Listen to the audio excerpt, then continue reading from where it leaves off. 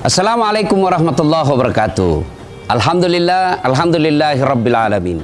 Wabihi nasta'inu ala umurid dunya waddin.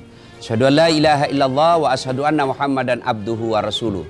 Allahumma salli ala Sayyidina Muhammad wa ala alihi wa sahbihi ajma'in. Amma ba'd. Pemirsa TVRI yang insya Allah dimuliakan dan dirahmati oleh Allah Subhanahu wa Ta'ala. Kita mengetahui bahwa bulan suci Ramadan dibelenggunya para setan. Tapi siapa yang membelenggunya? Tak lain adalah yang bersangkutan diri pribadi kita masing-masing. Tapi ketahuilah, ternyata ada orang di bulan suci Ramadan ini justru gemuk setannya, makin lepas setannya, bahkan dia menjadi sahabat setan. Siapa mereka? Informasi dalam hadis dijelaskan ada beberapa teman setan di bulan suci Ramadan ini. Yang pertama, al-mutakhawilu bis shalah, yang menganggap enteng solat. Siapa sesungguhnya mereka yang menganggap enteng solat? Mereka yang tahu bahwa solat itu wajib. Mereka yang tahu bahwa meninggalkan solat itu dosa. Tapi anehnya mereka tetap tidak mendirikan solat. Anehnya lagi, contoh, dia kehilangan duit 1 juta. Ketemulah dengan kawannya. Bos, kenapa kok cuma sekali seperti itu? Kayak kok ada masalah besar. Iya nih, hilang saya punya duit 1 juta. Nggak usah kau cemas, saya gantikan. Nah, diganti duitnya 1 juta. Setelah diganti duitnya 1 juta, makin cemas. Apa? Andai saja duit saya tidak hilang, sudah 2 juta duit saya. Bayangkan, duitnya hilang 1 juta, dipikir berhari-hari. Digantikan, malah makin cemas dan berpikir makin banyak seandainya tidak hilang duit saya. Lalu ketika sholatnya lepas, subuh lepas, duhur hilang, asar tidak, maghrib tidak, isya pun hilang. Tidak cemas sama sekali. Bahkan seolah-olah dia tidak punya dosa. Orang seperti ini sesungguhnya menjadi temannya setan. Menganggap enteng solat adalah teman dari setan. Solat ini adalah puncak kepengabdian kita kepada Allah.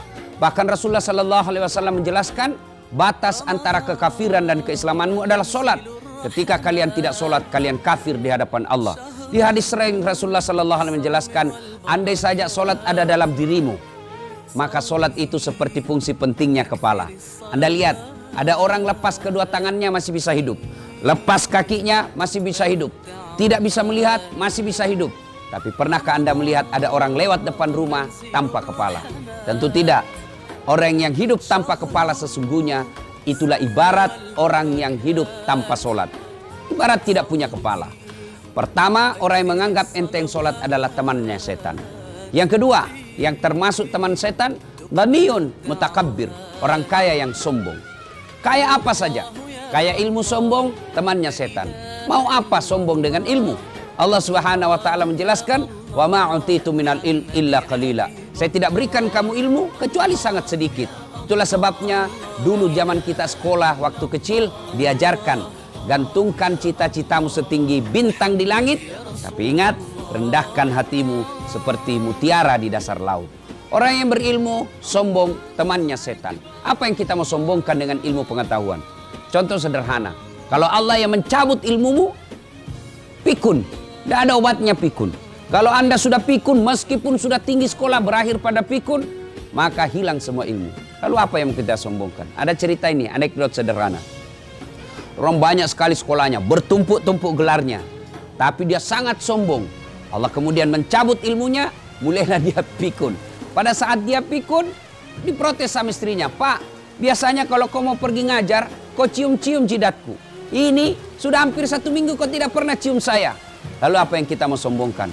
Orang kaya yang sombong, temannya setan. Kaya apa saja? Tadi kaya ilmu. Yang kedua, kaya harta. Apa yang kita mau sombongkan dengan harta? Allah murka marah sekejap saja. Tsunami, habis harta kita. Gempa bumi tenggelam dengan rumah, habis harta kita. Oke lah, anggaplah dengan harta yang masih ada. Rumah masih mewah, mobil masih megah. Tapi Allah marah, dititipkan satu penyakit dalam dirinya. Akhirnya apa? Banyak duitnya, tapi tidak bisa ngapa-ngapain. Ghaniyun mutakabbir, orang kaya yang sombong, temannya setan. Tapi saudaraku, kalau ada orang kaya yang sombong, tinggi jabatannya sombong, orang masih maklum, ya wajarlah dia kaya, banyak duitnya, wajar kalau dia kaya. Tapi sombong, temannya setan. Bagaimana pula kalau sudah miskin, tidak terkenal, tidak ada pangkat jabatan, sombong pula, maka dia bukan jadi temannya setan, tapi dia sudah menjadi setan. Ramadan bulan menghindarkan diri dari perbuatan setan. Mudah-mudahan Allah menghindarkan kita dari sifat-sifat setan ini. Semua manfaat. Saya Dasat Latif untuk TVRI, Media Pemersatu Bangsa. Assalamualaikum warahmatullahi wabarakatuh.